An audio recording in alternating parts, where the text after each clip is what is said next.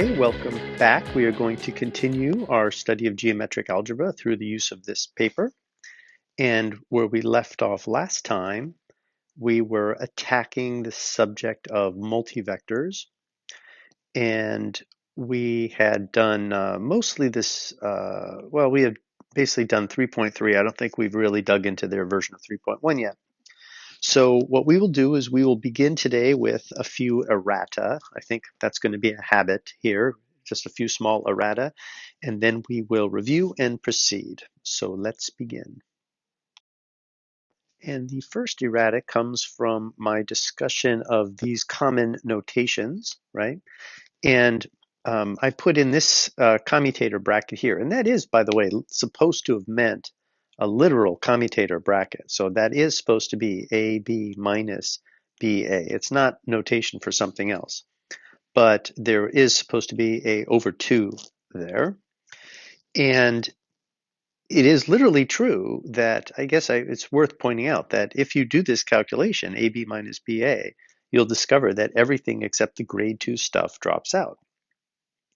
And it's actually worth having a look at, right? And we can break this down. AB is, if we call A U times V, or U wedge V, right? There's the U wedge V bivector blade, and B is the W wedge S bivector blade. We can execute this product, right? And I showed how to do this a couple lessons ago about how to dig in and do the space-time product of two blades or two bivectors. And the grade 0 part is, it's just these, we do these Minkowski contractions of every possible way of the two vectors that are closest to each other inside this space-time product, in this case V and W. But we have to place each pair of vectors in there, and sometimes we generate minus signs by flipping. And that's just sort of the mechanical way of doing this. But when you do that, this is what I'm calling the double dot product, right? The double dot product of A and B.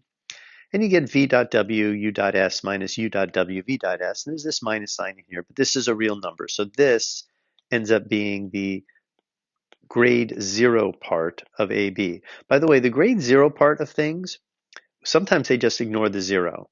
They'll never ignore the 1s, 2s, and 3s for, higher bladed parts, right? So the higher bladed parts will always have a number. But the 0 part may just be given without a number at all. If you don't see a number there, you assume it's the 0 blade or the scalar part. So anyway, that's the scalar part. And then you do the same process, but stop halfway, essentially, and you get the bivector part. So the bivector part of this is V dot W, V dot W, and then U wedge S. And then you flip U and V, generating a minus sign, and then the inside is U dot W, V wedge S. And then you can flip this one and get a minus sign, and you get V dot S, U wedge W, and then the last one, you flip them both and you get U dot S, V wedge W, right?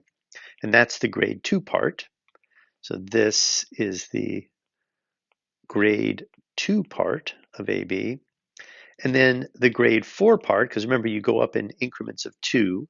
So we start with P minus Q, the magnitude of P minus Q, and then we go up in increments of 2. So in this case, we have 2 minus 2, which is 0. So we have a 0 part, and we go up to a 2-blade part, and then we go to a 4-blade part.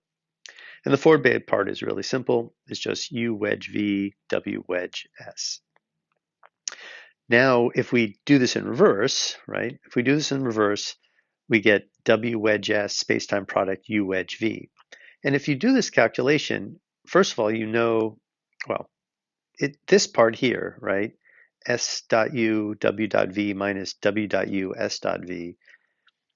If you look, that's the same as this, right? The order of this Minkowski dot product doesn't matter. So S dot U, U dot S, and W dot V, V dot W, right? So that matches that, and that matches that, which is fine. And the fact that the two are switched doesn't matter because real numbers commute. So so this grade 0 part is actually the same. And that makes some sense because the grade 0 part is what we're going to be calling the magnitude of these things, or the, well, a, well, the grade 0 part, if it was A times A, the grade 0 part would be the magnitude.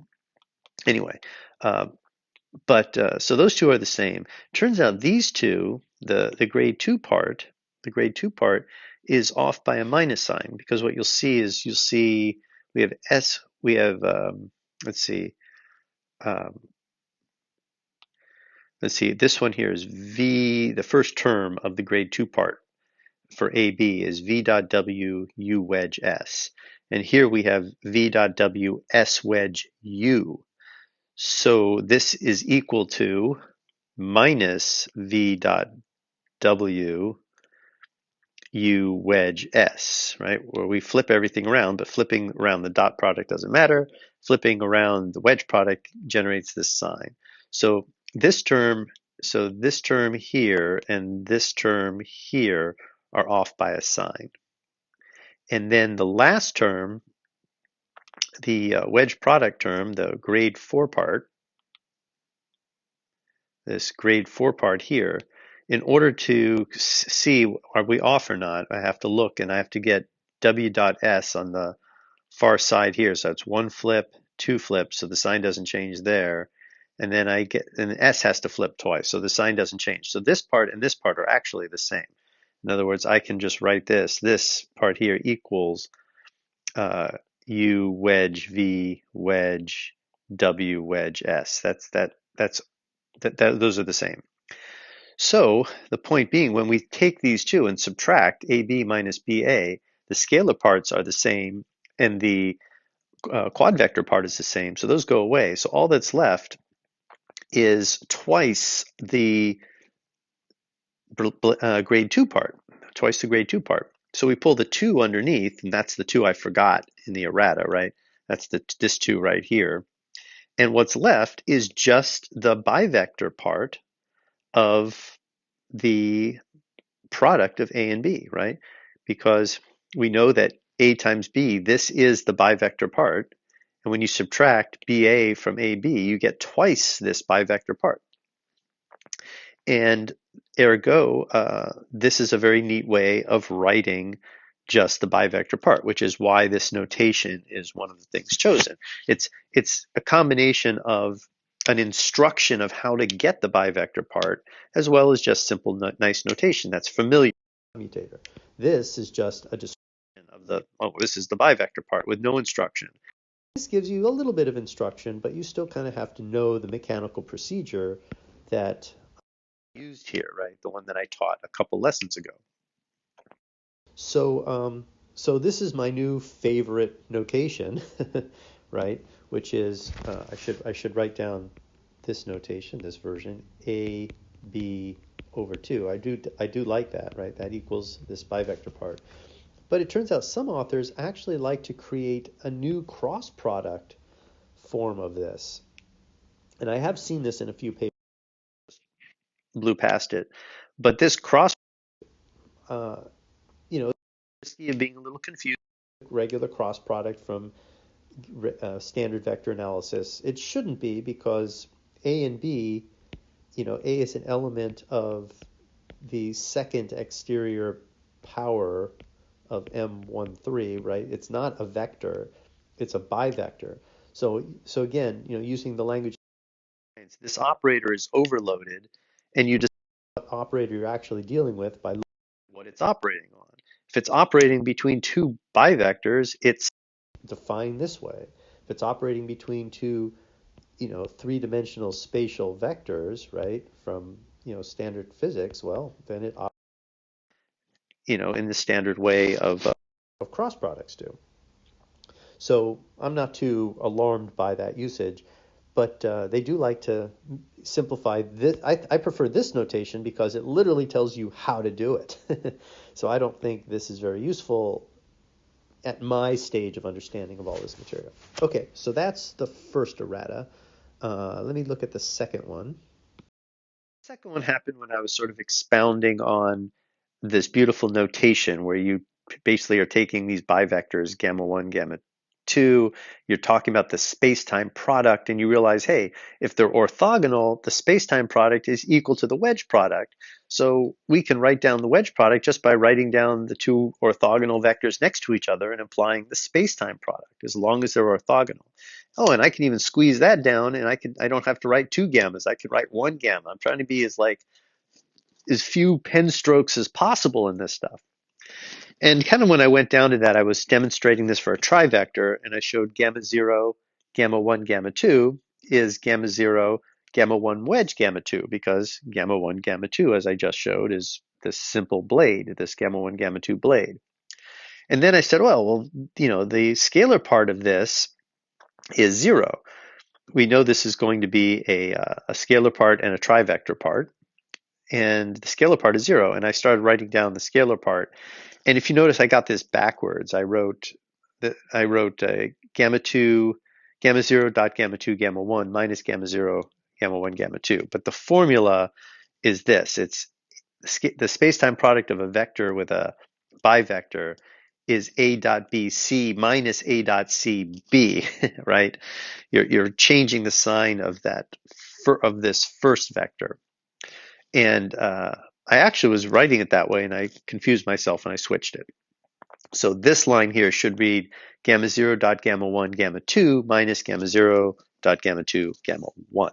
Right? This is a really important formula. The more I've reviewed this material, the more I realize this is one formula that's actually worth sort of keeping in your hip pocket. The fact that the space-time product of a vector with a bivector, the vector part of it is that projection of the vector A in the plane formed by BC and then rotated by 90 degrees in the direction from B to C, right? So that's how this orientation works in, and that rotation is this minus sign. We haven't spoken about arbitrary rotations yet. That's a big subject, and I definitely want to treat it very carefully when we need it. And so we'll get there soon. But that's the second errata. Okay, so this time we got away with two relatively small erratas. This first one isn't so much an errata. Well, I guess it's an errata because I forgot the -2, so that's definitely an errata. But this notion of this new notation, expounding on that, is actually pretty interesting. Okay, so let's review now and move on. So where we left ourselves is we have the universe of the space-time algebra as presented by our authors in this beautifully tight form. And our position now, what we're capable of understanding, is we understand what all of this notation is. We understand these are all abbreviations for space-time products. When you have two or more indices, you're looking at abbreviations for space-time products. And so we now know that when we deal with I guess it's gamma, say we deal with gamma 1, 2, we know that's gamma 1 space-time product gamma 2, and we know because we've established that these vectors live in M13 and are orthogonal with respect to the Minkowski metric, which is our assumption, right? We've decided that we are going to be in a reference frame where this gamma 0 represents the time-like basis vector. We know that in that circumstance, this is gamma 1 blade or wedge gamma 2. It is a simple bivector. And that's how this notation becomes so useful. But it's all predicated on the fact that these vectors here satisfy this Minkowski metric, right? So gamma mu, gamma nu, right? That has to equal 1, minus 1, minus 1, minus 1, or 0, depending on the relationship between mu and nu. These are the space-like guys, and this is the time-like guy, and this is when they're all 0, right? So that's how far we got with that. And then we looked at this we started foreshadowing what all of these things mean here, right? Because you have, for example, this dotted line, which is different than this solid line, right? And then you have some things that are red in color, some things that are blue in color. and you have this shaded area and these unshaded areas. And this is all relevant, right? This all means something in this story. And we alluded to the fact that this all has to do with highlighting the critical way this paper operates, which is through the duality of various of these basis vectors. And that duality can be looked at in several different ways. There's the duality, well, I guess there's really the way they talk about it here, there's two dualities. The Hodge duality is between this solid area and this dotted area. So going from in here to in here, that's the Hodge duality, which if you studied the what is a tensor section is really familiar. But if not, we're going to describe it here. And it's beautifully simple in this architecture. And I think I wrote the Hodge duality a little bit more specifically than just the solid into the dotted. I specified that the Hodge duality took the scalars to the pseudoscalars, took the vectors to the trivectors, and took the bivectors to the bivectors, right? The bivectors are Hodge dual of themselves. But the way this captioning kind of looks at it, the captioning looks at it in terms of the Hodge duality just takes all of these guys, right? All of these guys and moves them up here. I was being a little bit more specific, and we'll see how that works. But then there's also another duality. I don't know if they give it a name. I seem to remember they do give it a name eventually, but the other duality is a duality from, it's basically a duality from the shaded to the unshaded within the blacks. So you want to, so the duality is from here into here. I think in the last lesson, I kind of made the duality from here to here, shaded to shaded. And that's true because these guys here are Hodge dual to those guys there, right? But that's not what they mean by the shaded region, right? What they mean by the shaded region is if I take everything in this shaded region and multiply by gamma 0, right, on the right, I end up in this unshaded region here, and this guy ends up down here, right? Because gamma 0, right, that equals 1, right? And that equals 1, just to be clear, right, that equals 1 because the spacetime product of gamma 0 is gamma 0 dot gamma 0 plus gamma 0 wedge gamma 0. And in this case, we're using the opposite of the notation that made gamma 1, 2 simple. It's the wedge product, that's 0, when you wedge the same vector with itself. And this guy is non-zero because it's the Minkowski contraction of a vector with itself. And in this case, because it's the space-like one, its contraction, right, eta of gamma 0 is equal to 1. So that's how you go from here to here. So the point is you have the shaded moves into the unshaded under a certain duality. Duality multiplication by a gamma sub 0. Likewise up here, you go from here to here by multiplying by gamma sub 0. And we're getting ahead of ourselves anyway. But the point is the reason I'm even dealing with this at all right now at this early stage is because I want you to see that this chart is designed to really tease out the relationships between things. And as we learn about these duality relationships, this chart is there to keep that in the forefront of your mind and really, really help you remember these things. And it's a brilliant chart. And there's other charts in this thing that are equally as brilliant. And I wish this was the first thing I rolled up on when I studied the subject. That's one of the reasons I chose this paper, is because I love the way they've organized everything for us visually and intellectually. So any gaps that I suggest that are in this paper are simply because the paper is not a book, right? It can only cover, it's got to move through things, and it knows that because it references other very famous books on the subject.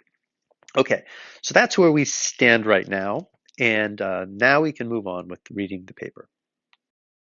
All right, beginning at the next paragraph. The four-blade gamma 0123 geometrically signifies the same unit 4 volume in any basis and will be particularly important in what follows. So we give it a special notation. This algebraic element is the pseudoscalar for the spacetime. Okay, so this is a big step. This is an important paragraph. The geometric significance of the four-blade is of a unit 4 volume. I think we understand that. So this is a little unit hypervolume, and it signifies the same unit 4 volume in any basis, and it will be particularly important what follows. Well, the idea there is that this is a one-dimensional object. There's only one way to create this 4 volume. And so regardless of what basis you're in, we're always going to end up constructing this pseudoscalar the same way, and it's this way. And they call it the pseudoscalar for the spacetime. So first of all, the reason it's a scalar is because the subspace of 4 blades is one-dimensional. So it's one-dimensional like a scalar. They call it a pseudoscalar because gamma 0, gamma 1, gamma 2, gamma 3 will change sign if you flip the order of these basis vectors in this spacetime product. And this is why it's pseudo, right? In regular non-geometric algebra applications of physics, there are these weird things that are lesser known because we spend a lot of time with vectors, right? So we know that there's a vector which is axial, and there's a vector which is polar, right? And it's these polar vectors that we call pseudovectors. But it's also true that there are, and we know that they switch direction under changing of handedness of the spacetime. It turns out that there are scalars which do not change their value under change of handedness of spacetime. But who knew? There's also pseudoscalars which do change their value if you flip the handedness of spacetime. The point is in the past, this has always been an ad hoc notion, just like polar and axial vectors have been an ad hoc notion. You say, well, apparently there's two kinds of little pointy things out there, those that do and those that don't change sign under a change of handedness. And we just had to add something to our mathematical architecture to compensate for that.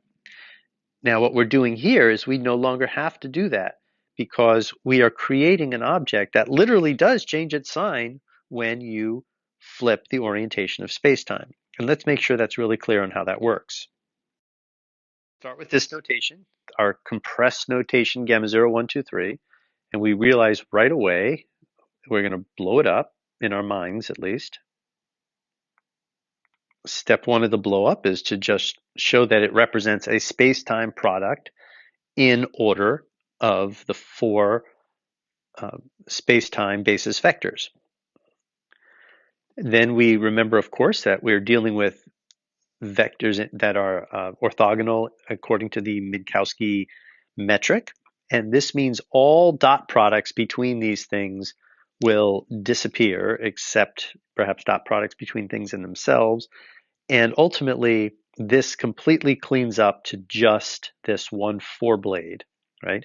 We have to remember that for these vectors, when you see space-time products, you can just replace them in your head with these blades by systematically going through the process of working this all out and calculating what's left behind for the 0-blade, 1-blade, 2-blade, and 3-blade. And you realize they all go away, and the only thing that's left is this 4-blade.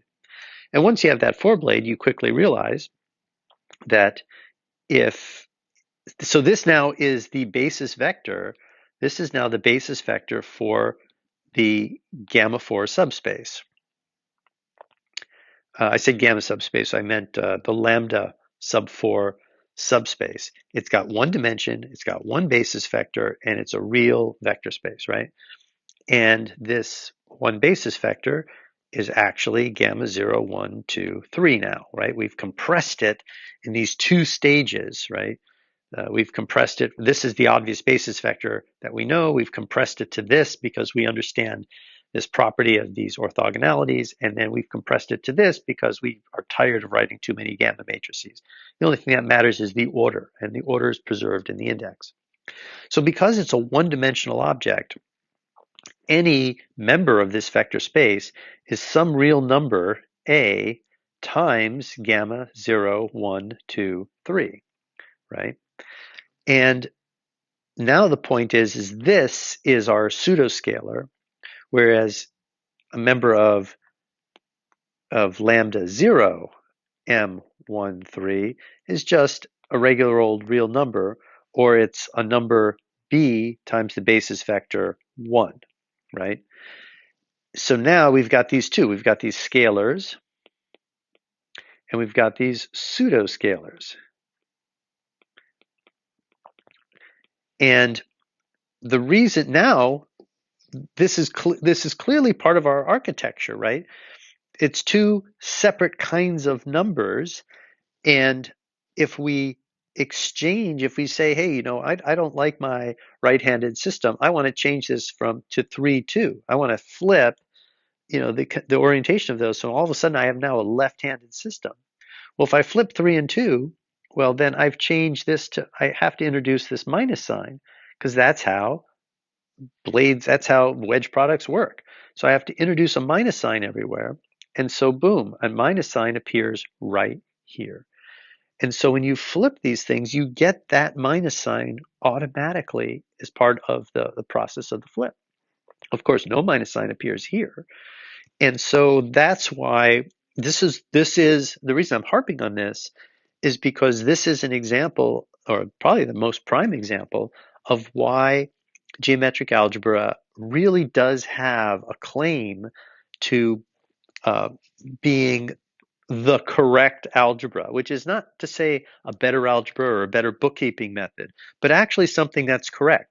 Because when you see this notion of ad hoc, which I called a dig, right? It's a dig because, not because people are just, being mean. It's a dig because any theory that has something that's thrown in there ad hoc has a weakness, right? And in order to, if you find a theory where this ad hoc object has a natural place, where it doesn't have to be inserted by hand, right? Inserted by hand, you're definitely making progress, or that's the conventional thought. The last time we in this series saw something that was ad hoc was the spinor formalism of quantum mechanics, where we try to introduce spin ad hoc by introducing a spinor into a wave function, right? So we would have some wave function, then we just sort of tack on this spinor, and then all of a sudden we have a way of describing spin 1/2 particles. And it works great, and it's not completely clear that, hey, this is not necessarily an ad hoc addition, it's a discovery. We've discovered that we need to add this piece. So it doesn't look ad hoc, it's just you realize, well, we had this great theory of a wave function, but apparently we need this other thing to capture spin. So you throw it in there and it works. And then people say, well, is that ad hoc, or have you just discovered something new? Likewise, you could say the same thing about pseudoscalars. It's like, hey guys, there's another kind of thing. It changes sign. Let's keep track of that and call it a pseudoscalar. It changes sign when you flip the handedness. Have you discovered pseudoscalars, or are you throwing in something ad hoc because there's a more broader theory which captures it naturally? So I don't know the answer to that. I mean, clearly in the case of spinors, it took Dirac to come around with the Dirac equation, which does very naturally, in the context of special relativity, capture spin. And all of a sudden, this now looks ad hoc. Once you have Dirac theory, then you say, whoa, this is totally ad hoc. And I think similar thing happens here, right? Pseudoscalars have been around, pseudovectors and pseudoscalars have been around forever. But it isn't until you see this structure of geometric algebra that you realize, oh, This is why pseudoscalars are a thing, because they're not scalars with a special property. They actually live in a different space, and they behave a little like scalars, but significantly not. Ergo, we're going to keep this old word pseudoscalars, and we're going to call this stuff pseudoscalars, but you could give it a totally different word, right? Magnetic charge in physics is supposedly a pseudoscalar quantity that has physical reality. If magnetic charges existed, it would be a pseudoscalar. So, so this question of ad hocness is a little bit awkward because nothing's ad hoc until you suddenly have a better theory that encompasses it. And in the case of the Dirac equation, that better theory just fell out of thin air because, without Dirac being there to do it, I don't know if we'd even have it today, right? But in geometric algebra, it was more of a realization that, hey, this geometric algebra takes care of this question of having to label things as pseudoscalars or scalars. You no longer have to label things. You just have to track, where it lives in the algebra. And you could argue, I suppose, that that's a labeling under a different guise, I suppose. But regardless, that's the significance of this. And it's so significant that we're even going to take an additional level of notational compression. This thing here is now officially I, officially just capital I. And that is like we're so committed to the significance of the pseudoscalar that we're just going to assume that you remember that it is going to be gamma 0, gamma 1, gamma 2, gamma 3. So that's almost like it's a new level of notational compression because because gamma 0, 1, 2, 3, all the data is there. You do have to sort of track everything I just described about this breakdown, right? Going from this to this to this, right? You do have to be tracking that. But when you just write it as an I, that's basically saying, yeah, not only were we counting on you to track it, but we're just going to give it a simple symbol, and you better hold on to your hat because that symbol is going to follow us around, and you need to work with it very, very well. So let's go on. That is, its scalar multiples, alpha I, act as scalars that flip sign under an inversion of the handedness of spacetime. Okay, which I just spoke about. I guess I rambled ahead of myself a little bit, but that's important, right? We're seeing it again. So it flips sign under the inversion of the handedness. That's because I will flip sign if you change the handedness. Now, it's not like we actually do that a lot, by the way. We do not change, once we set this thing up, you don't change the handedness of stuff, right? But by carrying it around, all of those properties that would exist for something whose handedness does change follows you, right? The notation of I is motivated by the fact that I squared is gamma 0 squared, gamma 1 squared, gamma 2 squared, gamma 3 squared, which is 1 minus 1 minus 1 minus 1, which equals minus 1. So I squared equals minus 1. So it will perform a similar function to the scalar imaginary I. All right, so we definitely need to spend time on that. So let's move over. So here is the full breakdown of the statement that the pseudovector, the basis pseudovector, squares to minus 1. First of all, it's a space-time squaring, right? So we write it as I, and then because we have this all cached in our head, we know that we can blow it up into this large space-time product. And we know that this large space-time product is associative. So I can look at this in any grouping I want. I can group, these two together or those two together and do the space-time product on those two before doing it on the rest. So I'm going to take advantage of that, and I'm going to look at the space-time product of just these last two. And I could have picked really any two, but because I know that gamma 2, gamma 3 is gamma 2 wedge gamma 3, and I know that equals minus gamma 3 wedge gamma 2 because that's the property of the wedge product, I can now write that equals minus gamma 3 gamma 2, and I can write in general gamma 2 3 equals minus gamma 3 2. And this process here doesn't depend on what these numbers are. It's only that they're different, right? 2 has to be different from 3. You can't have gamma 2, and go through this logic, because as soon as you do, this wedge product is no longer equal to, gamma 2 is equal to gamma 2 squared, right? Which is, in our system, is going to be -1, right? Which we'll use this fact, of course, in the end. But when they're different, you end up with this wedge product and this anti-symmetry. The point is I can replace gamma 2, gamma 3 with gamma 3, gamma 2 as long as I introduce a minus sign up front. And then I do it again. I now look at gamma 1, gamma 3, right? I look at gamma 1, gamma 3, and I interchange those two, and I lose the minus sign because I've introduced yet another minus sign from flipping. And then I do it again. I look at gamma 0, gamma 3. And when I do gamma 0, gamma 3, the first thing is, well, I reintroduce a minus sign, but now I have gamma 3 next to gamma 3. So I just write that as gamma 3 squared. But the square, the spacetime square of any vector, any member of M13, any one blade, is a real number. So I can take that real number and just pull it out in the front by linearity of this whole process. So there it is. Gamma 3 squared comes out in front, and I'm left with gamma 0, gamma 1, gamma 2, gamma 0, gamma 1, gamma 2. So now I take this process and I work on these two, and I move and I flip them. And I flip it twice. I move the 2 over to here, and then I flip the 2 and the 0 until the 2 is next to this 2, and I have gamma 2 squared, which is a number. So I pull, and that's 2 flips, so there's no change of this sign. This sign follows because I've flipped gamma 2 twice. I'm doing it a little faster. Here I demonstrated each flip. Now I'm going to just sort of rush through it. But so now I take gamma 2 out front,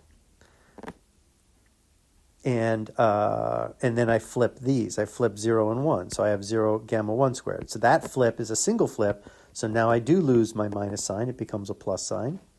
And I have gamma 1 squared. So I have gamma 1 squared, gamma 2 squared, gamma 3 squared, and what's left behind is gamma 0 squared. And of course, these are easy to calculate. These are now real numbers, and they are -1, -1, -1, but this last one is a +1, and that leaves the overall thing to be a -1. Notice how critical the Minkowski metric is here, right? This +1 is what allows I squared to actually square to -1. If this was a Euclidean metric, these would all have been +1s, and this would not have squared to -1. So that's an interesting fact. See, that metric matters a lot.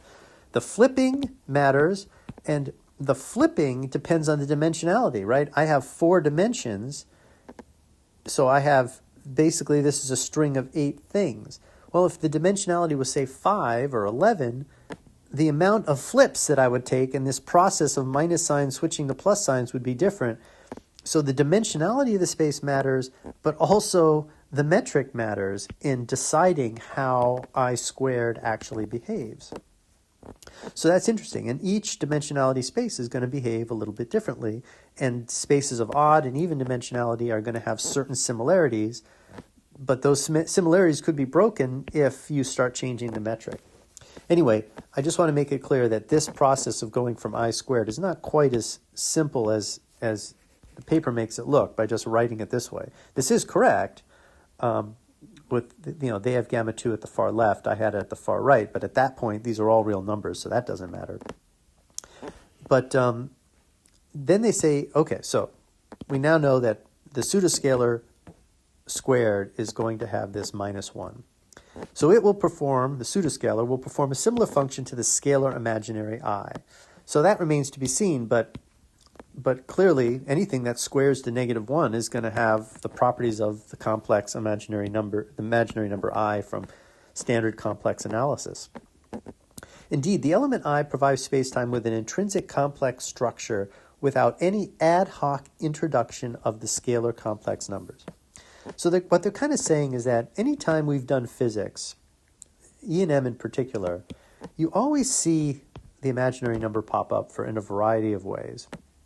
And it's definitely there. It definitely shows up in wave propagation and the calculation of impedances, and it's always there. And the introduction of complex numbers to students is like, okay, why is there all of a sudden an I here? In quantum mechanics, it shows up a lot. It's like you see this I suddenly in the, exponent of generators, and it just pops up everywhere. Geometric algebra promises to explain why that I shows up. Now, I've explained why the I shows up without geometric algebra for quantum mechanics, right? I have a good feeling of why you need that I there. But it took a lot of math to figure out exactly why that I shows up in quantum mechanics. And likewise for E&M, when you start seeing I's there, if you really, really break it down, you kind of see how I does the bookkeeping you need it to do. Geometric algebra promises, we've got it nailed down. There's no I's show up. What shows up is vectors part of the Clifford algebra, which is an inherent part of what space-time is. Because ultimately, that is what this claim is, if I understand the claim correctly. That if you look at this thing, we've always thought of space-time as just this stuff, right?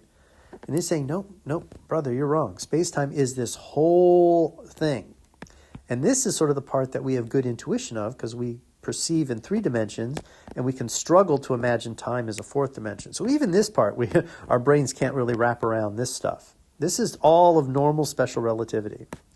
But we're missing these things in our thinking. And we need to expand our notion of what space-time is from a bunch of 4 vectors doing their thing to this big architecture.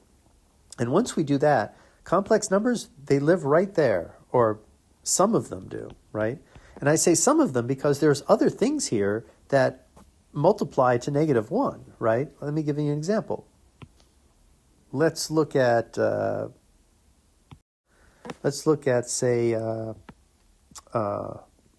gamma 2, 3, right? Gamma 2, 3. So that's gamma 2 wedge gamma 3. No, I don't want to write it that way. I want to do exactly what I did a moment ago. I want to write it as gamma 2, space-time product, gamma 3, space-time, and I'm going to square it, right? So space-time product, gamma 2, space-time product, gamma 3. Well, I make one flip, so I get gamma 2, gamma 2, gamma 3, gamma 3.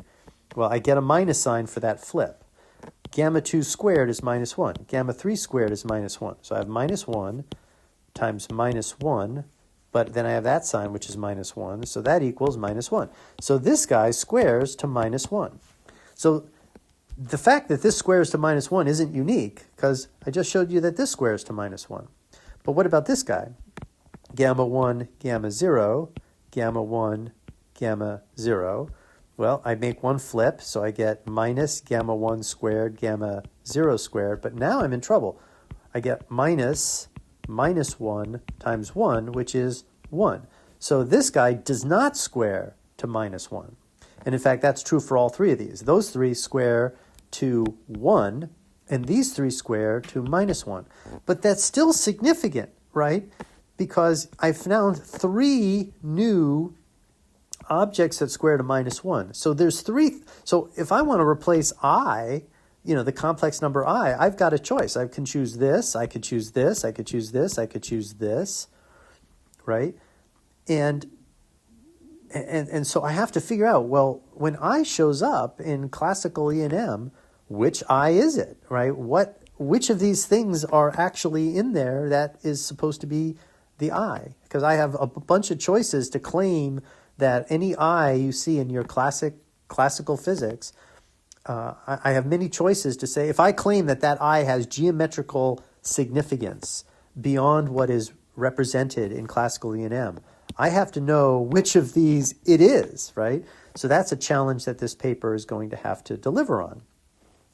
And furthermore, though, don't walk away from this guy, right? Don't walk away from these 3. They square to 1, but whoa. That's important, right? Because what the hell's the square root of 1? Well, the square root of 1 is 1. But now I'm just showing you that, wait a minute, no, 1 has more than one square root. The square root of 1 is also gamma 1, 0. It's also gamma 2, 0. It's also gamma 3, 0. These guys are all square roots of 1. But in our world, there's only one square root of 1. Now, all of a sudden, there's 4 square roots of 1. That's significant too. In fact, it's really just as significant as this. The fact that -1 has any square roots at all is kind of amazing, but the fact that it has 4 is like 4 times as amazing. Well, the fact that 1 has a square root doesn't amaze us, but the fact that it has 4 square roots should amaze us, right?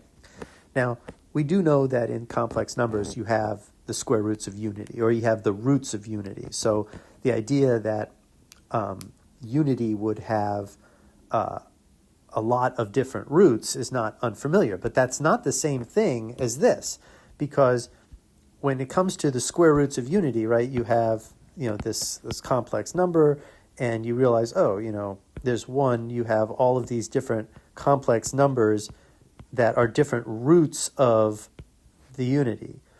But there's only 1 square root of unity, right? That's, well, I guess there's 1 square root of unity is 1, and the other one is -1, right? -1 squared equals 1. Okay, so I forgot about that one. But there's 2 well-known things that square to 1. But now I'm offering you 3 more things that square to 1. So that's a big deal too. And we'll hopefully, I'm not sure when we'll actually sort of focus on why that's important, but we will. Okay, so let's move on.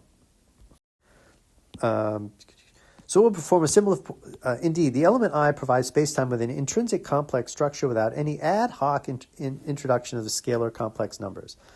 Okay, we talked about that.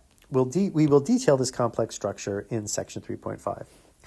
And it is worth emphasizing that there is no unique square root of -1. There are many algebraic elements in C13 that square to -1. Yeah, I just said that, right? Gamma 2, 3, gamma 1, 3, gamma 3, 1, gamma 1, 2. Each with a distinct geometric significance. The scalar imaginary I of standard complex analysis does not specify any of this additional structure. Hence, it is often enlightening to determine whether a particular square root of -1 is implied by a generic I that appears in a traditional physics expression. We will show in what follows that I is indeed the proper physical meaning of I throughout electromagnetic theory. Okay, so all of my admonitions about being careful, maybe the I we're looking at is 3, 1, 2 or gamma 1, 3 instead of gamma 0, 1, 2, 3. They're saying, no, in electromagnetic theory, it's always going to be this guy. Okay, but that's not always true for other theories. And obviously, I've read this paragraph before because I kind of absorbed what it said and I went off on a little rant about it in anticipation of it. So that's the second time you see it. Okay, let's read one more paragraph before we stop. Any multivector in C13 of the spacetime algebra may be written as the sum of independent K blades. Okay, so here's the notation that they're introducing for a multivector.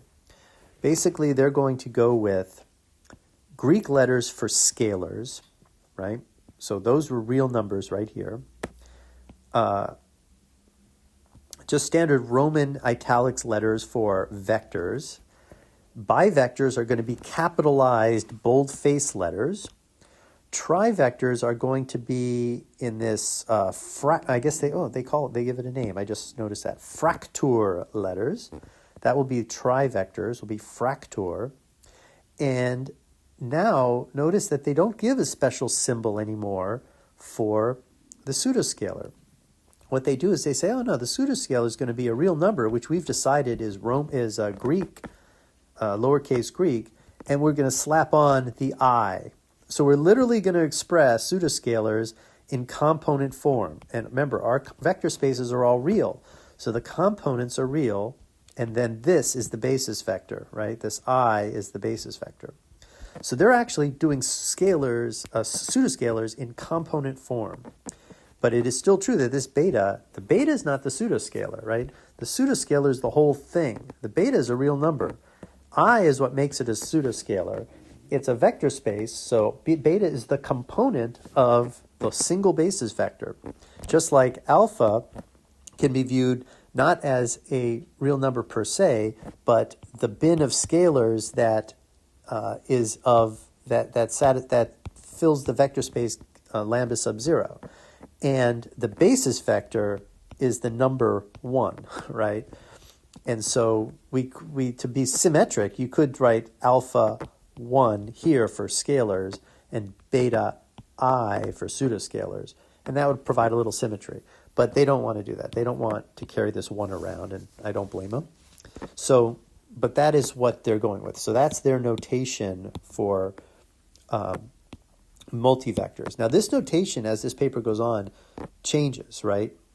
It changes not because they're just arbitrarily changing things, but because the deeper you understand the relationship between these things and the relationship between them in electromagnetic theory, there's just better ways of writing the multivector than as the sum of its individual blade parts. Because those blades have relationships with each other that, to highlight, we kind of blend them together a bit. So, but you've got to build up to it, and this paper does a great job of building up to it. I really love this, the way they do that. Okay, so what did it say? So they said the Greek letters alpha, beta are real numbers. The lowercase Roman letter v is a vector with 4 real components, right? That's always true. 4 vectors have 4 real components. The boldface Roman letter s is a bivector with 6 real components. So when they say 6 real components, of course, they're just referencing the fact that bivectors have 6 bases. It's a 6-dimensional subspace. So it's got 6 basis vectors, and each basis vector has a component, and each component is real because all of our vector subspaces are real. So that's all they're saying there. So that's 6 real components, and the fracture, love that word, fracture letter is a trivector with 4 real components for the same reason. There's 4 trivectors. Each of these independent grades are distinct and proper geometric objects. So when they say this geometric objects thing, they're talking about our interpretation of how this algebra goes. And we've decided that these are simple real scalars that live in, at each, and these are vectors, are little pointy things in our 4 vectors. Bivectors are these little planey things. Trivectors are these little volume-y things, these little 3-dimensional volume-y things. And this last thing, the pseudoscalar, is some sort of hypercubey thing, which I guess if you drew it aggressively, you would have, 2 little cubes inside each other, kind of looking like this, a little tesseract. But that's what it is, right? It is literally a tesseract, right? To use sort of a poppy, sciencey word for what a 4-dimensional volume element might look like. So they're proper geometric objects. That's what that all means. We shall see in section 3.5 that in practice we can dramatically simplify the description of multivectors by exploiting the dualities of the algebra. That's what I was talking about before. This is going to change once we understand these dualities really well. In particular, we'll be able to dispense with the trivectors and their elaborate notation. I think the elaborate notation they're talking about is it's just a pain in the ass to write gamma 1, 2, 3. Who's got time to write 3 indices on the letter gamma? So we're going to get rid of that. We've already gotten rid of this one, right? I mean, who's got time to write beta gamma 0, 1, 2, 3, right? Who's got time for that? We just go, boom, right there to I, right? Turns out we can do a similar trick with the trivectors, and that's going to be really sweet. It's going to be vectors and trivectors are going to sort of be dually related. A Hodge dual, that'll be a Hodge duality if I recall correctly. So to keep these distinctions conceptually clear, we shall make an effort to maintain useful notational conventions throughout this work that are summarized in Table 2 for reference. Let me quickly check Table 2. Okay, so we'll look at Table 2 a little later. We're not quite ready for it, right? This is good enough for today's lesson. So each K-blade in a multivector can be extracted by a suitable grade projection. So we've already talked about this. This notation here, M bracket, angle bracket, sub K, that's a projection operator where you're projecting basically the K component, say the vector component of a multivector out. You get rid of everything else, you leave this behind. So that's what they mean by this grade projection. For example, the bivector projection is angle bracket M sub 2 equals F. Notably, the scalar projection satisfies the cyclic property. So they talk about the scalar projection MM. If you cycle M and M for any two multivectors, it always the scalar part is always the same.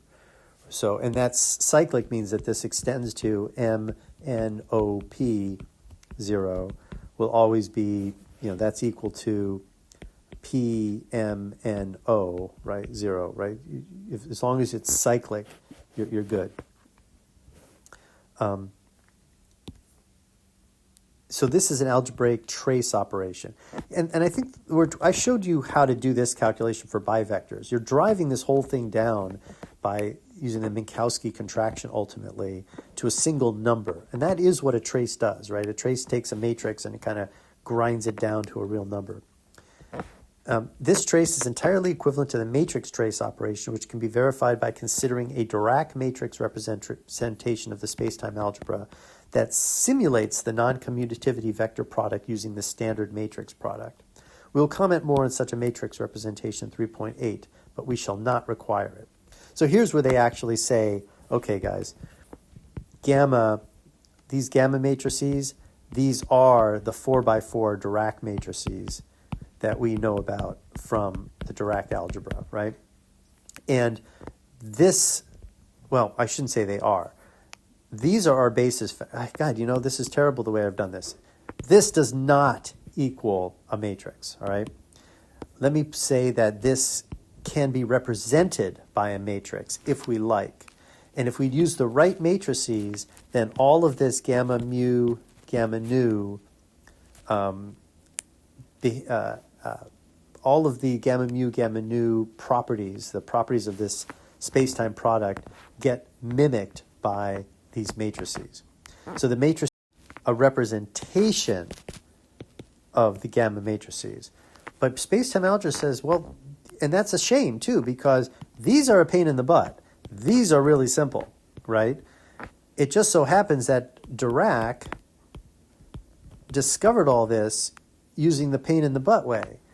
And now we're trying to use geometric algebra to take all of this stuff and to say, okay, we figured it out with these gamma matrices, but nobody's quite realized that they're just a representation of a very simple idea of basis vectors in C13, right? And